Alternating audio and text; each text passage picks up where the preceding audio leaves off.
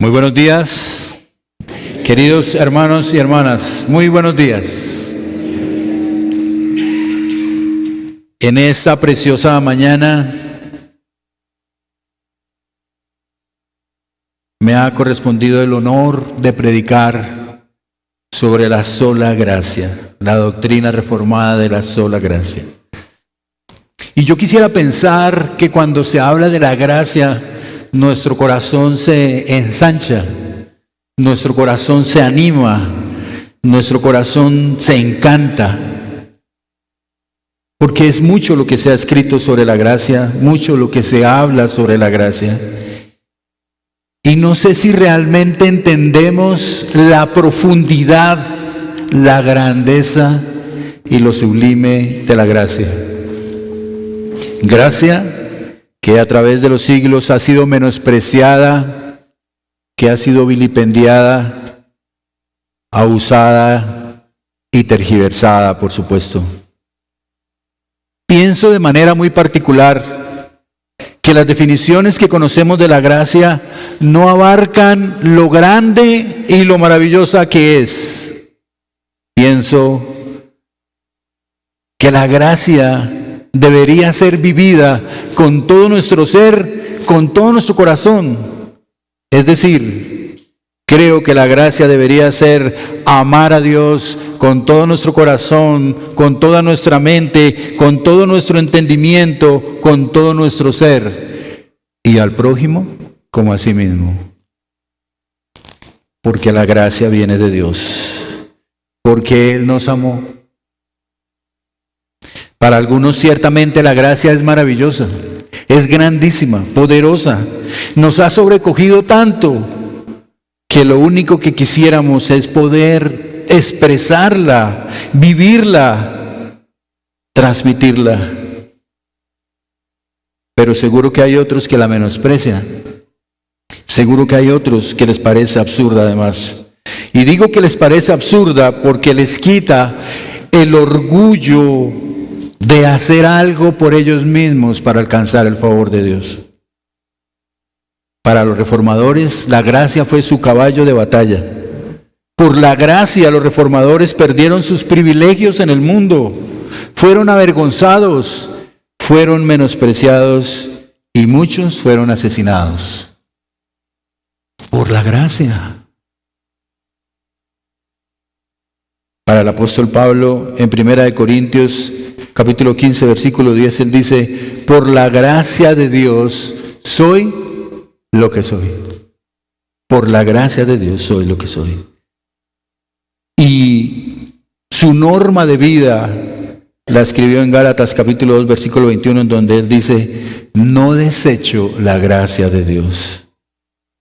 Así que en esta mañana, queridos amigos, hermanos, querida iglesia, quisiera tratar la doctrina de la sola gracia mostrando las razones de la gracia que surgieron por ese diagnóstico espiritual que el apóstol Pablo nos mostrará ahora, en el que estamos muertos sin Cristo. En primer lugar, estamos muertos sin Cristo.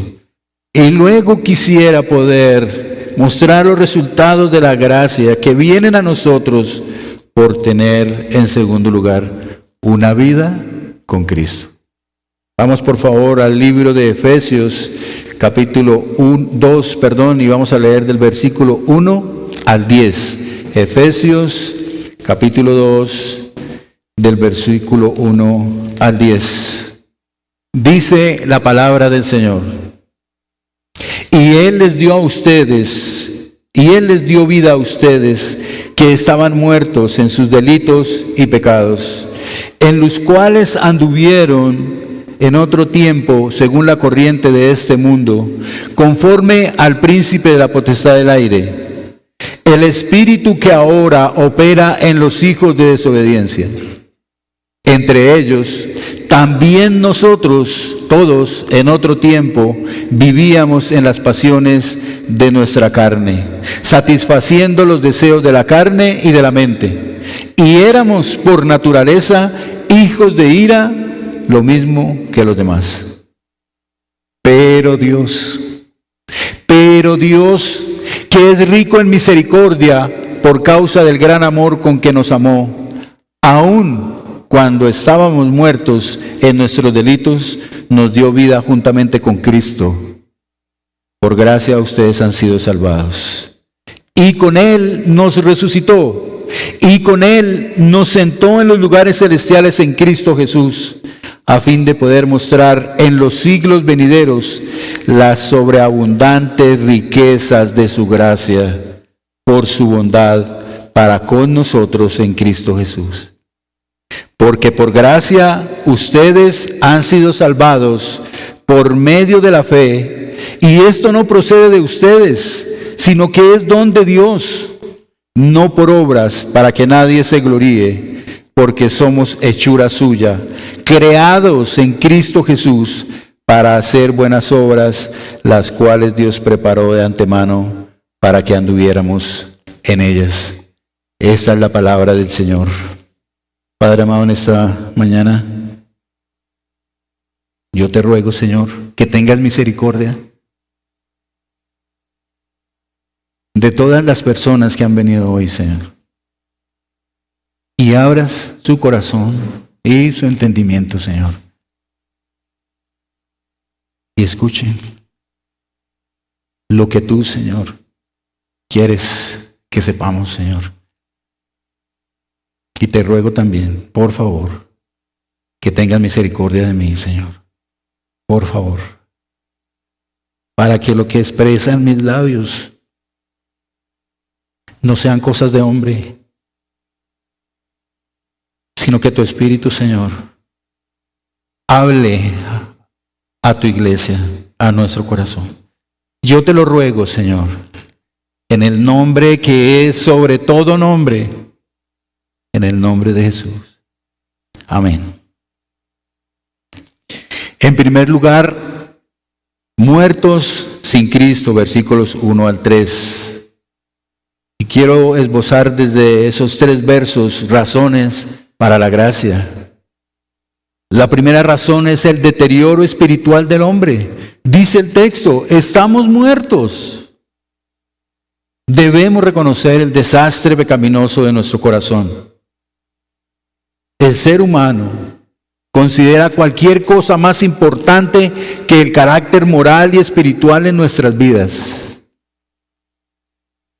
Y es así que en esas esferas moral y espiritual, el ser humano de hoy se trata muy amablemente, se trata muy gentilmente, estimando que las pequeñas virtudes que cada uno tiene compensan los grandes vicios y los grandes pecados.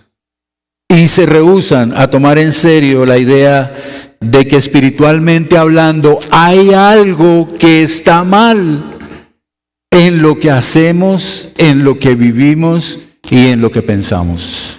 Esa es nuestra sociedad.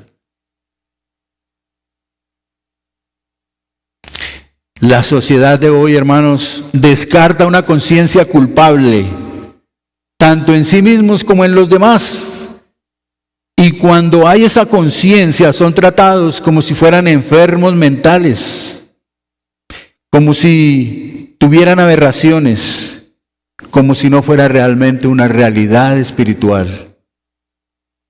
Miren esto, las palabras retrógrado, dinosaurio, homofóbico, transfóbico y discurso de odio, cuando se plantean, cuando se habla de vivir una vida en un camino correcto para Dios. Hay discurso de odio cuando hablamos de la gracia de Dios. Hay discurso de odio cuando se cuestiona el creer en Dios. Pero es debido a eso, al deterioro espiritual del hombre. El hombre y la mujer de hoy están convencidos que a pesar de todos sus pecadillos, como los llamamos el día de hoy, por mencionar algunos, la pereza, las mentiras, la deshonestidad, la pornografía y todo lo demás, ellos piensan que en el fondo son buenas personas o somos buenas personas.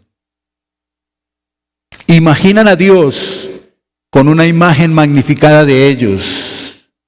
no es Dios, sino ellos mismos.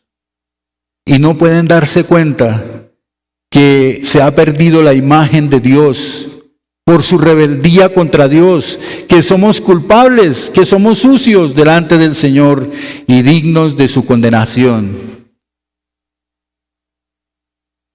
En pocas palabras, pretendemos tener una imagen exagerada de nosotros mismos, como aquellas personas que trabajan en los socavones, en las minas, en esos pozos profundos, y que luego cuando salen de trabajar, vueltos llenos de barro y de todas las cosas que hay ahí, se miran unos a otros tratando de mirar quién está más limpio que el otro. Así nos pasa a nosotros. Es difícil para nosotros entender la ira de Dios. Y si no entendemos la ira de Dios, entonces no podemos entender nuestra necesidad de un Salvador. El salmista en el Salmo 36 dice: a los malvados el pecado les susurra en lo profundo del corazón. No tienen temor de Dios en absoluto. Ciegos de presunción, no pueden ver lo perversos que son en realidad. Esa es la realidad de hoy. Las personas no pueden ver la perversidad que hay en su corazón. Y aún nosotros los creyentes a veces nos cuesta reconocer nuestro pecado. Pero el apóstol nos dice con absoluta claridad que estábamos muertos en nuestros delitos y pecados y debemos enfrentar esa realidad con el espejo de la sola Escritura, con el espejo de la Biblia, para ver nuestra naturaleza humana expuesta en un diagnóstico doloroso de estar muerto. El apóstol Pablo nos dice en Romanos: por cuanto todos pecaron y están destituidos de la gloria de Dios. Todos. Hermanos, las personas no podemos acercarnos a Dios porque estamos muertos espiritualmente. Y un cadáver no puede moverse. Un cadáver no puede acercarse a Dios. La segunda razón para la gracia es la justicia de Dios. ¿Por qué la justicia de Dios? La disposición que tiene el hombre de tolerar y consentir el mal no puede desmentir el carácter santo y justo de Dios. El verso 1 nos dice: y Él les dio vida a ustedes, les dio vida, que estaban muertos en sus delitos y pecados. Los hombres y las mujeres de hoy ignoramos cualquier conducta indebida mientras puedan hacerlo sin peligro. Toleran el mal en los demás, sintiendo además que de alguna manera hacen lo mismo. Los padres dudan en corregir a sus hijos. Esta es una mentira que veíamos en el curso de hombres esta semana. Y la mentira es que si educamos, que si le llamamos la atención a nuestros hijos, ellos se rebelarán. Y puede que lo hagan, pero debemos corregirlos.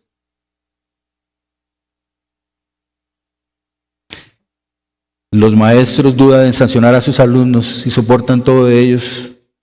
Y el público en general, nuestra sociedad tolera el vandalismo y el comportamiento antisocial. Estoy como hablando de nuestro país. Con apenas un murmullo se escucha entre las sombras.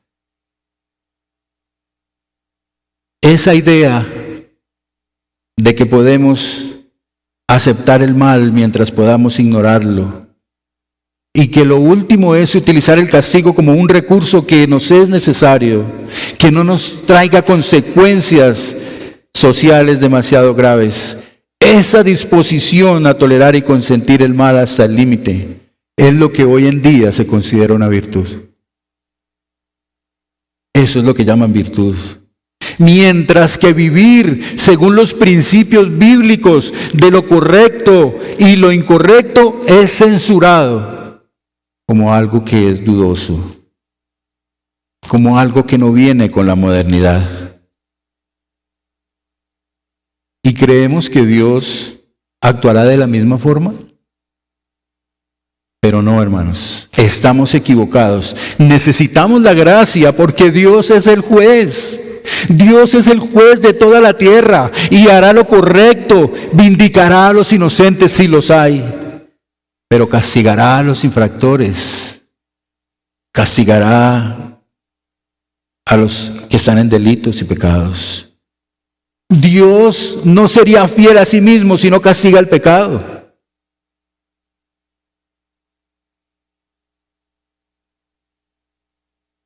Y a menos que nosotros podamos, hermanos, sentir que esta es una verdad, que los transgresores, que el pecador no tiene ninguna esperanza natural de nada de parte de Dios, que no sea un juicio, que no sea su justicia. Si no aprendemos, no podremos compartir la fe bíblica de la gracia. Hermanos, nos es necesaria la gracia porque estábamos muertos en nuestros delitos y pecados, porque andábamos conforme a la corriente de este mundo, dice el verso 2, porque andábamos conforme al príncipe de la potestad del aire que ahora opera en los hijos de desobediencia. Esa es una razón para la gracia de Dios, porque Dios hace justicia. Dios no puede quedarse sin castigar el pecado. Y es tan así, hermanos, escúcheme por favor, y es tan así que la sola gracia viene de Cristo, de Jesús, porque Él puso la justicia que nosotros merecíamos en Jesús. La ira de Dios por el pecado del hombre fue puesta en la persona de Jesús. Jesús fue evidentemente crucificado por nuestros pecados. Por eso insisto en que no debemos decirle a la gente que Dios los ama tal cual son. No hagamos eso, hermanos. No digamos esa mentira. Dios nos ama a pesar de lo que somos. Es lo que dice el texto. Nos ama a pesar de lo que somos, pero está dispuesto a transformarnos y a hacer de nosotros una nueva criatura en Cristo. La tercera razón para la gracia, mis hermanos, es la incapacidad espiritual del hombre. Porque es imposible que el hombre pueda por sí mismo reconciliarse con Dios. En esta sociedad de hoy hay una mentira que pulula, que alienta a las personas que tienen la esperanza, la creencia de que podemos reparar nosotros mismos nuestra relación con Dios mediante la técnica de colocar a Dios en el lugar en donde no nos pueda decir que no. ¿No han escuchado eso? ¿No han oído decir que nosotros con nuestra oración volteamos la mano de Dios? ¿Que lo ponemos en el lugar en donde nosotros queramos tenerlo? Eso hacían los paganos en la antigüedad. Querían lograr multiplicando sus dones y sacrificios, y los paganos de hoy, nosotros procuramos hacerlo mediante la moralidad y la actividad religiosa, es decir, con nuestro servicio, con nuestras buenas obras. El ser humano reconoce que no es perfecto, pero aún así no le cabe la menor duda de que su honorabilidad y su manera buena de ser es garantía para acercarse a Dios. Hermanos, debemos admitir nuestra impotencia para salvarnos, porque la palabra de Dios dice que nadie será justificado en presencia de Dios por hacer las obras de la ley. Miren lo que dice Romanos 3, verso 20. Porque por las obras de la ley ningún ser humano será justificado delante de él, pues por medio de la ley viene el conocimiento del pecado. Porque por las obras de la ley ningún ser humano será justificado delante de él, pues por medio de la ley viene el conocimiento del pecado. Hermanos, reparar nuestra propia relación con Dios, reconquistando su favor, luego de haberlo perdido todo, está mucho más allá de lo que pueda hacer cualquiera de nosotros. Ninguno de nosotros puede, y es preciso ver esto. Aceptar con humildad que somos impotentes para aprender a compartir la fe bíblica de la gracia. El apóstol nos dice que estábamos sometidos a 3 tiranos, a la corriente del mundo, dice verso 2, según la corriente de este mundo, dice. Y eso es la cosmovisión narcisista de hoy, una cosmovisión en donde el hombre se ama a sí mismo y busca convenientemente su propio Dios. Eso es algo en lo que tenemos que luchar hoy contra la cultura. La cultura de hoy ha resucitado esos ídolos del poder, de la posición, de la riqueza, de la comodidad, pero se ha extendido de una manera terrible al sexo y al placer, demeritando la obra de Dios, tergiversando la obra de Dios, manipulando la obra de Dios. El segundo tirano que habla es la opresión de Satanás, también en el versículo 2. Y como creyentes no debemos ignorar las artimañas de Satanás. Satanás ha obrado en todos nosotros en algún momento. Cuando éramos incrédulos, sigue obrando en los incrédulos y aún en nosotros, tentándonos con 3 mentiras para que dudemos de la existencia de la palabra de Dios. ¿Le ha hablado a alguien que no conoce a Jesús? ¿Ha escuchado eso? Esa es la obra de Satanás. Que dude de la existencia de la palabra de Dios, que dude de la verdad de la palabra de Dios y que dude de las motivaciones detrás de la palabra de Dios. Eso es lo que ha hecho Satanás desde el principio. Capítulo 3 de Génesis, versículo 1 al 7. Ahora, no significa que estemos poseídos por demonios, no. Sino que fuimos persuadidos por sus mentiras para nuestra obediencia, como lo fue Adán y Eva en el huerto. Y el tercer tirano es la pecaminosidad de nuestra naturaleza humana, dice el verso 3. Entre ellos también todos nosotros en otro tiempo vivíamos en las pasiones de nuestra carne, satisfaciendo los deseos de la carne y de la mente. Y dice, y éramos por naturaleza hijos de la ira, lo mismo que los demás. El apóstol Pablo reconoce que en otro tiempo vivió bajo las pasiones de la carne. Y nosotros hoy debiéramos ser honestos y pensar que así fue alguna vez. Y que tal vez aún luchamos.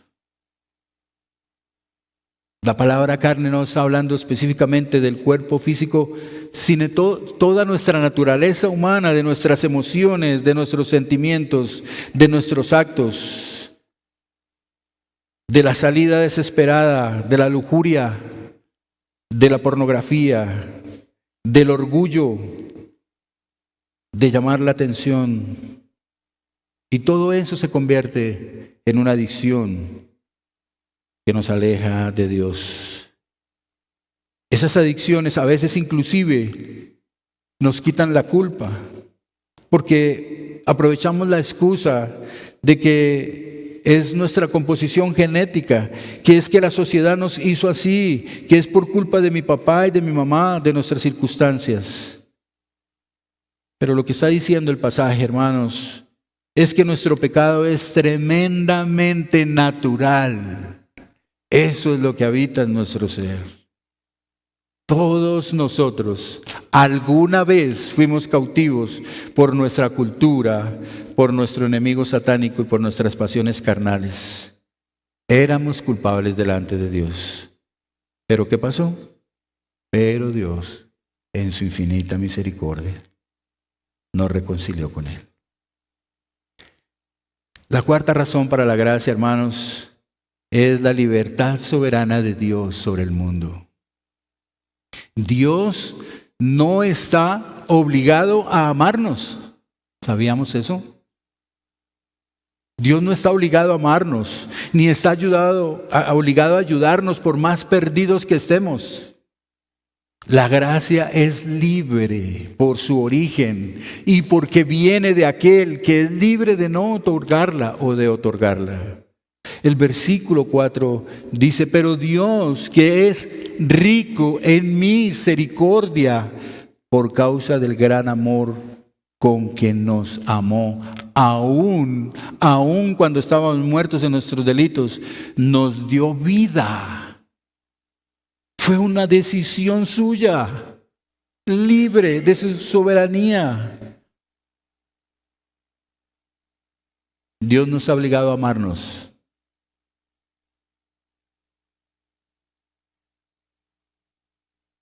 Como dijo un filósofo francés cuando estaba muriendo, Dios perdonará, ese es su trabajo.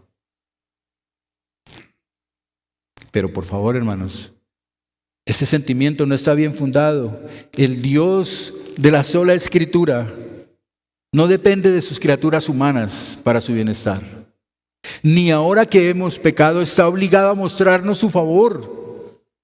Todo lo que pudiéramos exigirle a Dios es justicia. Y esa justicia para nosotros, ¿qué significa? Condenación. Segura. Dios no tiene por qué evitar que la justicia siga su curso, hermanos. No está obligado a tener lástima ni a perdonarnos. Si lo hace y lo ha hecho, es un acto por su propia y libre voluntad. Nadie lo obliga a hacerlo. Romanos capítulo 9, versículo 16 dice, así que no depende del que quiere ni del que corre, sino de Dios, que tiene misericordia.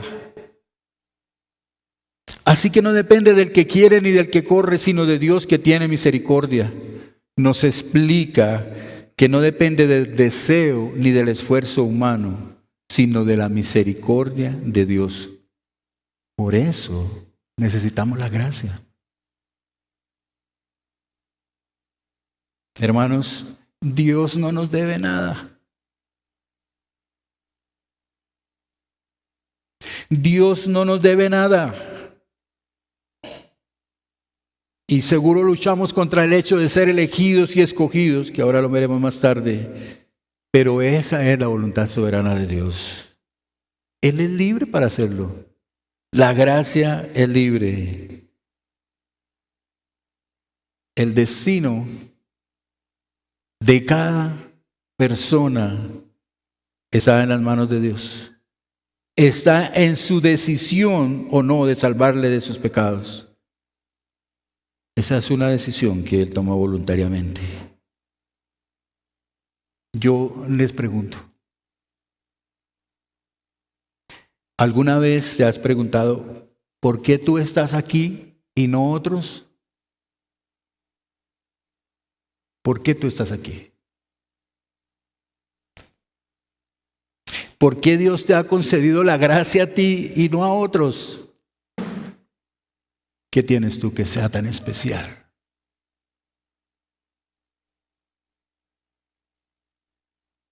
Deberíamos gozarnos de estar aquí hoy. Deberíamos maravillarnos además. Porque a Él le plació traernos a todos.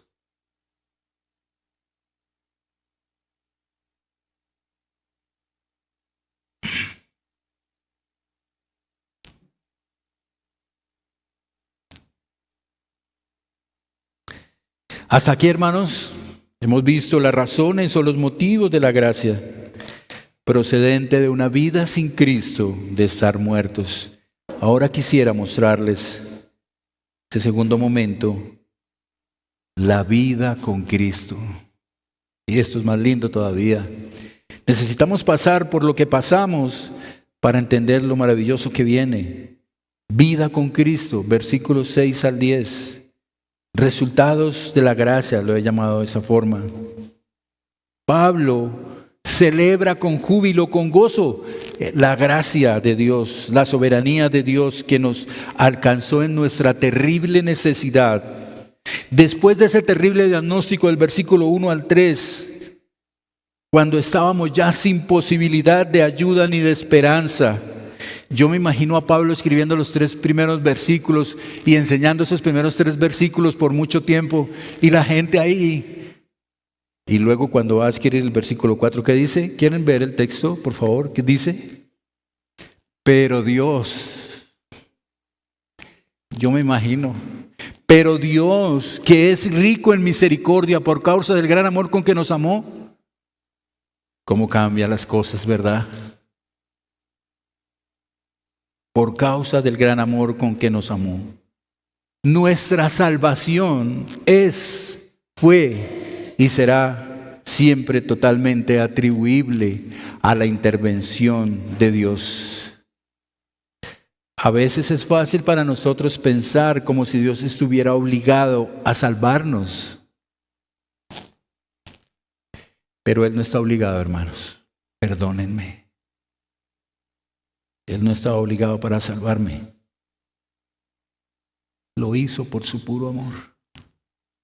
En el texto que leemos encontramos 4 preciosas palabras que hablan de la inmensidad de Dios. El amor, dice el texto. El amor, el compromiso de Dios de bendecirnos para siempre en Cristo. La misericordia. ¿Qué es la misericordia? La retención del castigo por parte de Dios que merecíamos, porque Cristo lo soportó por nosotros en la cruz. Y la gracia, que es el tema de hoy, versos 5, 7 y 8. El regalo generoso de Dios. Y yo decía ahora que esos conceptos se quedan. El regalo generoso. Oh Dios, eso es mucho más que un regalo generoso. Al darnos lo que necesitábamos en la obediencia de Cristo hasta la muerte. Y la bondad. Amor, misericordia, gracia y bondad. Versículo 7. La bondad, la compasión de Dios al rebajarse para volverse uno con nosotros, para tomar nuestro lugar en la cruz. Las 4 cosas, amor, misericordia, gracia y bondad, tienen que ver con Jesús. Tienen que ver con Cristo. Así que un primer resultado es la gracia como fuente del perdón de pecados. Versículo 4 a 5 que acabamos de leer. La gracia como fuente del perdón de pecados. El texto nos dice que aun cuando estábamos muertos en nuestros delitos, nos dio vida juntamente con Cristo. Por gracia ustedes han sido salvados. Cristo lo soportó todo por nosotros en la cruz. El evangelio que hemos oído y escuchado se centra en la justificación. Es decir, en la remisión de nuestros pecados. Y al ser nuestros pecados remitidos, somos aceptados delante de Dios. ¿Qué hiciste tú? Nada. La justificación, hermanos, es la dramática transición de un criminal que está pronto para ser condenado y de un momento a otro recibe una gran herencia. La justificación viene por la fe. Se produce en el momento en que una persona pone su confianza incondicional en el Señor Jesucristo como su Salvador. No mediante una oración, sino mediante una vida de comunión con Él. Y la justificación es gratuita para todos. Para nosotros fue gratuita, pero para Dios le resultó muy costosa, terriblemente costosa. Piensa en su hijo. ¿Tienes hijos? Romanos 8:32 dice, porque Dios no escatimó ni a su propio Hijo, sino que lo entregó por todos nosotros.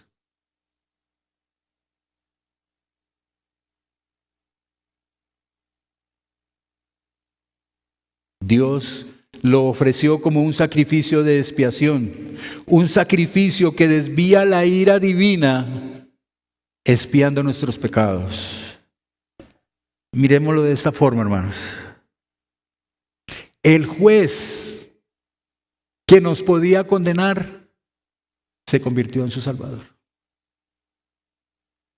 El juez que nos podía condenar se convirtió en nuestro Salvador. Ese es un resultado de la gracia. El Padre Celestial envía a su Hijo y el que será el juez de la humanidad se convierte en nuestro Salvador. ¿Para quiénes?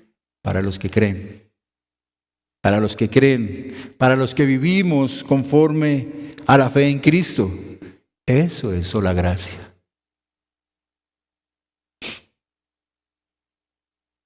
En el capítulo 1, versículo 7 también leemos que tenemos redención mediante su sangre, el perdón de nuestros pecados, conforme a las riquezas de su gracia. En segundo lugar, la gracia, un plan de salvación. Y quiero que por favor nos devolvamos al capítulo 1. El perdón es muy fundamental en la doctrina de la sola gracia. El perdón es como la médula del Evangelio, pero no es toda la doctrina de la gracia, porque el regalo del perdón está colocado en un plan de salvación que comenzó con la elección antes de que el mundo existiera. Y ese plan, el apóstol Pablo lo menciona también para los que están anotando, Romanos 8, 29 al 30 y 2 de Tesalonicenses 2, del 12 al 13. Pero yo creo que la versión más completa del mismo se encuentra en un párrafo precioso que ya leímos aquí en la iglesia y que está en Efesios capítulo 1, versículo 13, del cual quiero hablar ahora. Dice la palabra: bendito sea el Dios y Padre de nuestro Señor Jesucristo, que nos ha bendecido con toda bendición espiritual en lugares celestiales en Cristo. El resumen es que Dios nos ha bendecido en las regiones celestiales con toda bendición espiritual, es decir, con el reino de las realidades espirituales en Cristo. Verso 3. Por favor, miremos el texto, sigamos el texto. Dice el capítulo 4 y 5, dice, porque Dios nos ¿qué? Nos escogió. ¿Antes de qué? Eso es un plan, hermano. Comienza con la elección y la predestinación eterna. Porque Dios nos escogió en Cristo antes de la fundación del mundo para que fuéramos santos y sin mancha delante de Él. ¿Y qué dice después? ¿Qué dice? Predestinó para adopción como hijos para sí mediante Jesucristo. Y luego, en el versículo 7, vemos la redención y la remisión de nuestros pecados en Cristo. Miren lo que dice el versículo 7. En Él tenemos redención mediante su sangre, el perdón de nuestros pecados según las riquezas de su gracia. Y el plan continúa. Miren, con la esperanza de la glorificación en Cristo. Efesios 1, versículos 11 y 12. Miren lo que dice. También en Él hemos obtenido herencia, habiendo sido predestinados según el propósito de aquel que obra todas las cosas conforme al consejo de su voluntad. ¿Para qué? A fin de que nosotros, que fuimos los primeros en esperar en Cristo, seamos ¿qué? Alabanza de su gloria. Hermanos, fue un plan de Dios. Finalmente el apóstol nos dice el don del Espíritu en Cristo, versículos 13 y 14. Miren lo que dice. En Él también ustedes, después de escuchar el mensaje de la verdad, el evangelio de su salvación, y habiendo creído, fueron sellados en Él. ¿Con qué? Con el Espíritu Santo de la promesa, que nos es dado como ¿qué? Como garantía de nuestra herencia, con miras a la redención de la posesión adquirida de Dios para alabanza de su gloria. Hermanos, deberíamos regocijarnos, hermanos, de que mi conversión no fue ningún accidente, sino que fue un acto de Dios que tuvo lugar en un plan que Él diseñó desde el principio de los cielos y de la tierra. Por favor, piensen un momento. Dios te tuvo en un plan a ti antes de la creación del mundo. No fuimos nosotros quien buscamos a Dios. Fue Dios el que nos buscó.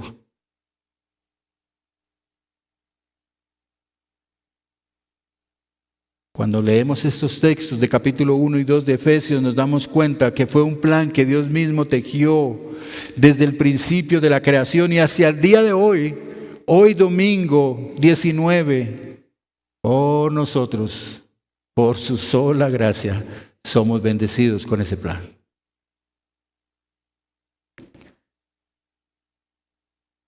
El tercer resultado de la gracia, hermanos, es que la gracia es garantía de la salvación. Versos 6, 8 al 10. ¿Cómo entender que la gracia es garantía de la salvación? Pues es por ella que nosotros podemos obrar en gracia. Cuando nosotros miramos lo que dicen los primeros versos y vemos que estábamos muertos, pero luego nos dice, pero Dios en su infinita misericordia, en su grande amor y en su grande bondad, pone a su Hijo Jesucristo como el sacrificio para nuestra salvación, para el perdón de nuestros pecados.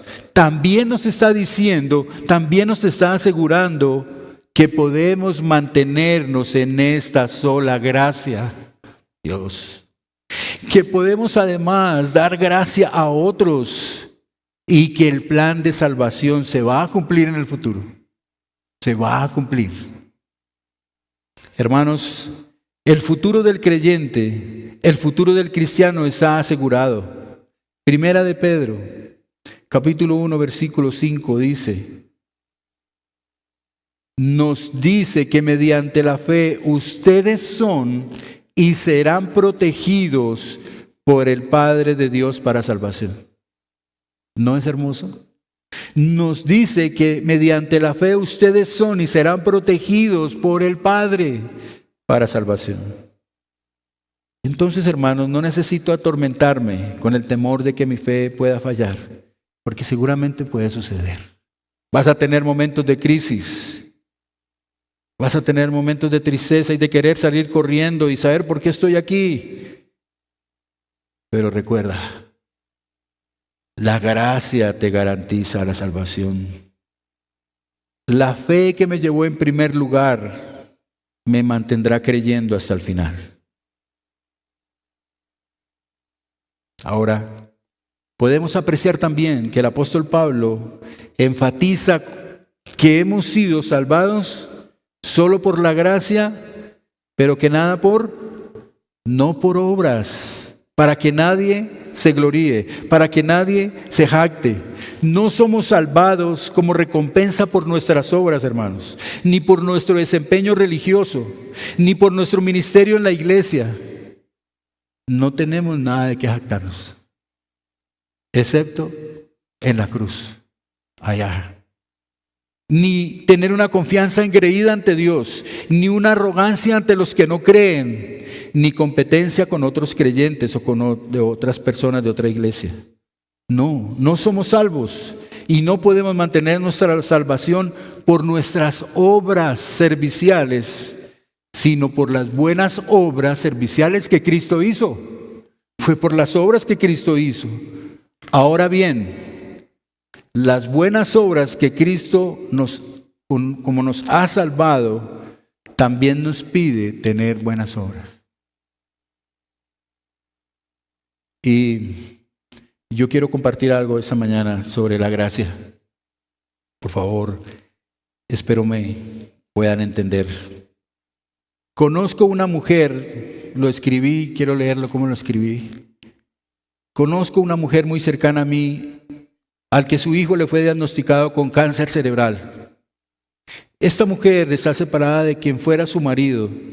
Y bueno, ahora que han estado en esta situación desde hace varios meses, pues ha tenido que estar en contacto con este hombre, el papá del niño.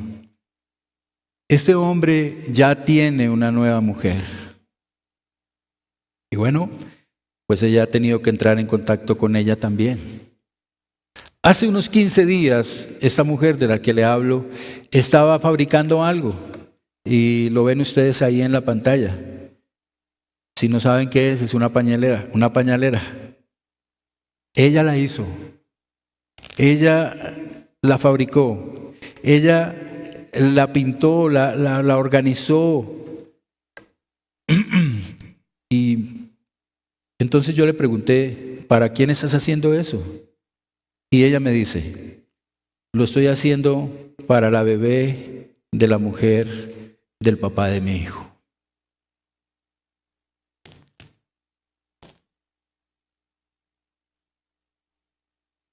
Que está embarazada. Y ella amó mucho a este hombre.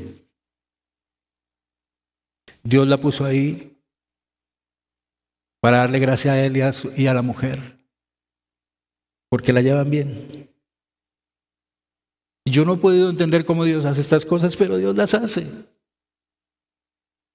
Esas son las obras que Dios quiere que hagamos, las obras en donde perdonamos, las obras en donde pasamos por alto el pecado.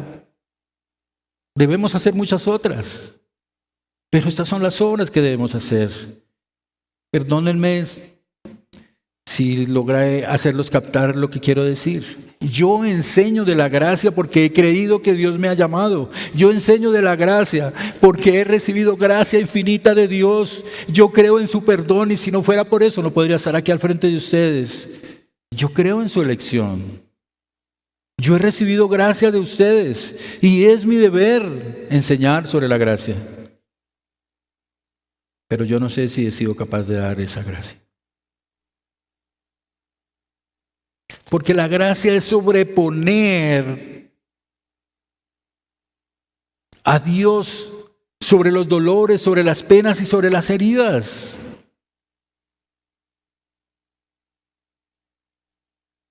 Lo que quiero resaltar es que la gracia no viene de la bondad de nuestro corazón, sino de lo que el Señor coloca en nuestros corazones. No das gracia si no la tienes, y no la tienes si no tienes una comunión con Dios. No puedes dar de lo que no tienes. Admiro a esta mujer, que creo que ya saben quién es. Y no es una mujer que viene constantemente a la iglesia, ni se pasa leyendo la palabra llorando, y no quiero decir que no lo hagamos, debemos hacerlo. Pero cada vez que ha tenido que mostrar la gracia y la misericordia de Dios, lo ha hecho con tanto coraje, con tanto amor, porque ella entiende que ha recibido gracia de Dios a través de su Hijo, como recibimos gracia a través de Jesús, el Hijo del Padre. Así que, hermanos, demos gracia, porque gracia es lo que hemos recibido. Para finalizar, yo no soy bueno terminando, me han dicho, pero espero que esto sea suficiente. La sola gracia recibida por Dios a través de nuestro Señor Jesucristo debe animarnos a la gratitud a través de nuestra manera de vivir. La sola gracia dice que fuimos perdonados en absoluto. En absoluto debemos perdonar. Hagamos por gratitud a nuestro Salvador todo lo que hacemos. Deleitémonos en servir a Jesús, no para ser salvo, sino más bien porque ya hemos sido salvos. Para los que no creen, hoy es el momento de entregar su vida a Cristo, porque no hay nada fuera de Él. Aunque pienses que no mereces nada de Dios, que así es, Dios te ofrece su gracia y misericordia eterna, gratis. Hermanos, recibamos la gracia de Dios con humildad, reconociendo la realidad de nuestros corazones malvados y la necesidad de Dios en nuestras vidas. Hermanos, no vivamos en el pasado por causa de nuestros pecados o los pecados de otro, sino más bien aceptemos el perdón y demos el perdón. De gracia hemos recibido, demos de gracia. Yo los invito a que trabajemos por una cultura de la gracia. Es una lucha de nuestros corazones, es una lucha de mi corazón. Haciendo esto, démosle al otro un poco más de lo que merece. Démosle al otro un poco más de lo que merece. Anhelamos justicia, pero tal vez es venganza. Quizá pensamos que esa persona merece el trato que le doy, se merece la rabia que le tengo, se merece el rencor que le guardo. Pero ¿qué tal si hoy, comprendiendo la gracia de Dios, que nos ha bendecido a pesar de que no lo merecemos, comenzamos a orar en gracia también con los demás? Que Dios los bendiga, hermanos. Padre amado,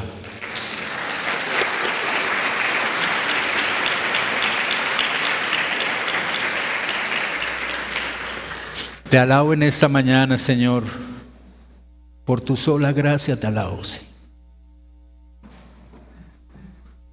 Dije lo que dije, pero tu gracia aún es mucho más grande que todo lo que dije, Señor. Por eso te ruego, Padre amado, en esta mañana que tú seas mirando nuestro corazón y llenándonos de la sola gracia, Señor. No solamente para aceptar que hemos sido absolutamente absueltos de nuestros pecados, que somos aceptados por ti incondicionalmente, Señor, sino también para que seamos capaces de obrar en consecuencia con otros, Señor. Para que no falseemos la gracia, Señor, sino para que la vivamos, Señor. Para que amarte a ti con todo nuestro corazón, con toda nuestra mente, con todo nuestro ser, con todas nuestras fuerzas, y al prójimo como a sí mismo, sea esa palabra de vida todos los días, Señor. Oh mi Dios, yo te alabo en esta mañana con todo mi corazón, Señor.